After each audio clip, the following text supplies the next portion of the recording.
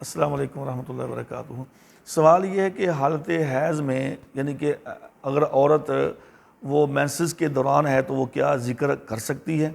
دیکھیں میرے بھائیو، امام بخاری رحمۃ اللہ علیہ نے اس بات پہ باقاعدہ باب باندھا ہے اپنی کتاب الجامع میں۔ انہوں نے باب باندھا ہے کہ یذکر اللہ فی کل احیانہ، کہ مسلمان آدمی، مومن آدمی اللہ تعالیٰ کا ذکر کسی بھی حال میں کر سکتا ہے۔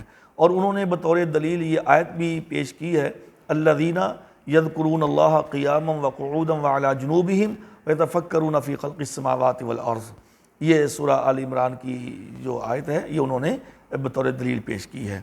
تو اسی طریقے سے یعنی کہ اس سے یہی مراد ہے، یہی معلوم ہوتا ہے کہ ذکر اذکار کیے جا سکتے ہیں، اور اذکار میں جو قرآنی دعائیں ہیں وہ بھی پڑھی جا سکتی ہیں۔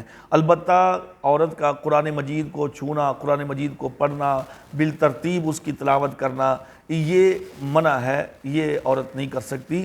ہاں البتہ ذکر اذکار اور پھر قرآنی دعائیں اور پھر اس طریقے سے جو زبانی اس کو کچھ دعائیں قرآن کی ہوں یا غیر قرآن کی وہ یاد ہیں وہ کر سکتی ہے۔